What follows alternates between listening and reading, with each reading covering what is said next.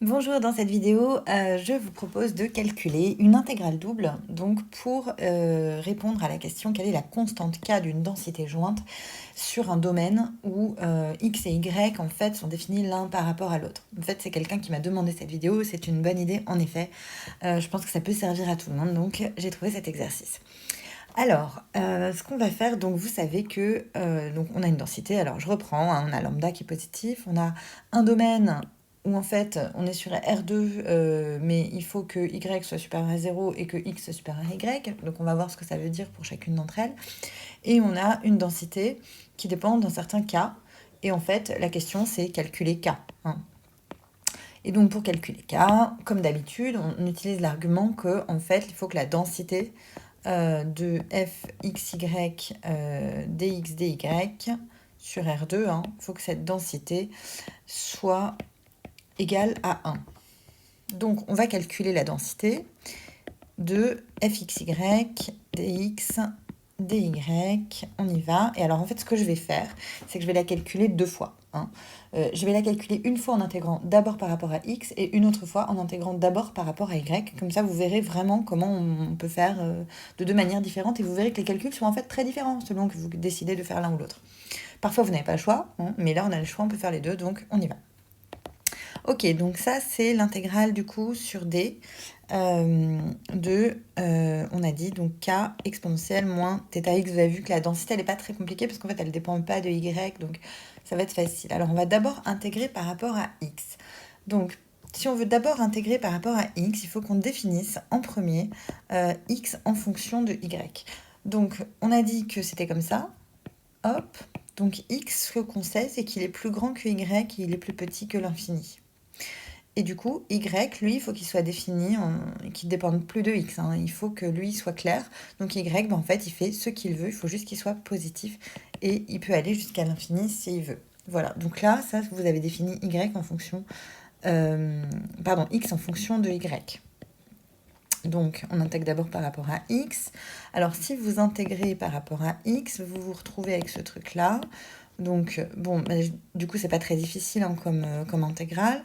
Donc ça fait moins 1 sur θ, hein, l'intégrale fois l'exponentielle, voilà, la primitive de l'exponentielle, entre plus l'infini et y, et puis il faudra intégrer ce qui reste par rapport à y. Donc normalement, ce machin va dépendre de y.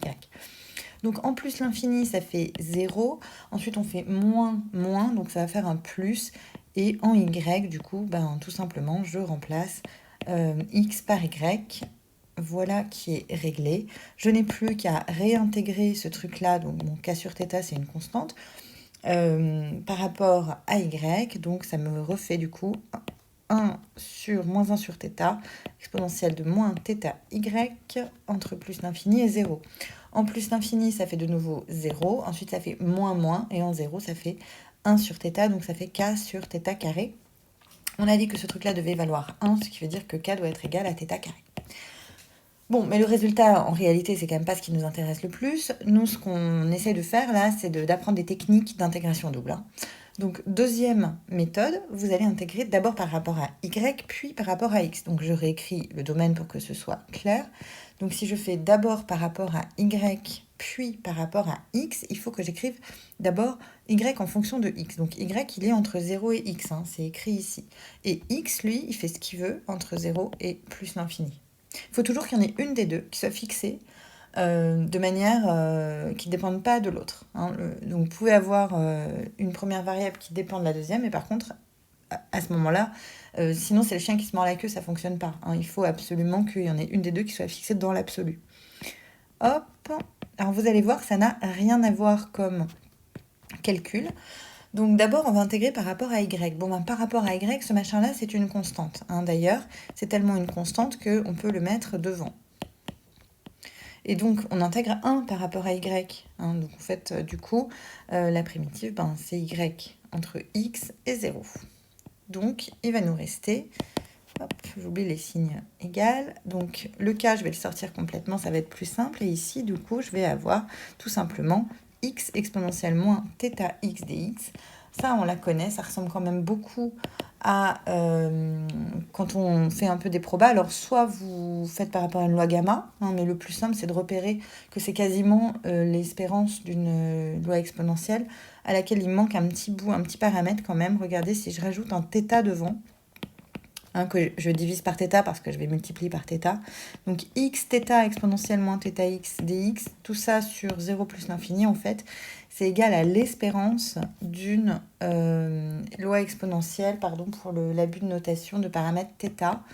Et ça, du coup, c'est égal à 1 sur θ. Donc tout ça, ça fait 1 sur θ. Donc k, j'avais déjà un k sur θ ici, donc ça fait k sur θ carré. Et bien sûr, je retombe sur la même chose, que k doit être égal à θ carré. Hein, donc, ce que je voulais vraiment vous montrer, c'est qu'on peut, dans certains cas en tout cas, vraiment passer d'un côté ou de l'autre. Donc, d'abord intégrer par rapport à x ou par rapport à y. Ça se généralise à plus de variables, d'ailleurs, hein, si vous voulez faire une intégrale triple, quadruple. Et aussi que... Alors, j'ai complètement oublié de dire qu'on utilise le théorème de Fubini, c'est mal. En fait, on utilise le théorème de Fubini parce qu'on a une fonction positive. Hein. Donc ça, c'est ce qui nous permet de dire que l'intégrale double, c'est la double intégrale et d'inverser autant qu'on veut. Complètement oublié de le dire. Et que à ce moment-là, les calculs peuvent être très différents. Voilà, j'espère que ça vous a éclairé.